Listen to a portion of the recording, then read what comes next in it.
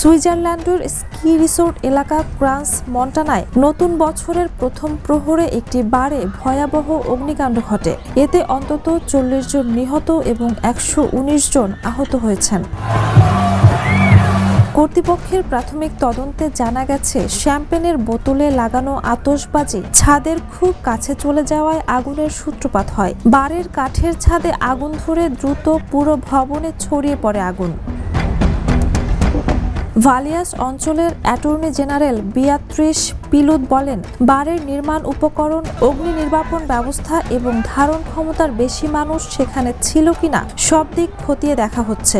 অবহেলা প্রমাণিত হলে দায়ীদের বিরুদ্ধে মামলা করা হবে।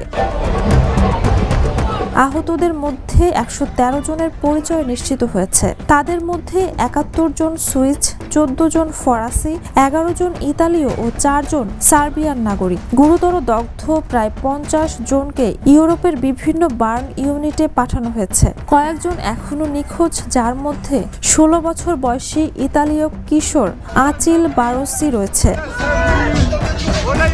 বারটির ধারণ ক্ষমতা ছিল 300 জন। নিহতদের স্মরণে 2026-এর 9 জানুয়ারি জাতীয় শোক পালনের ঘোষণা দেওয়া হয়েছে।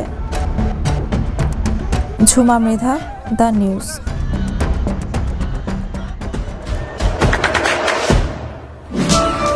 দেশে দেশে সবার সাথে দ্য নিউজ।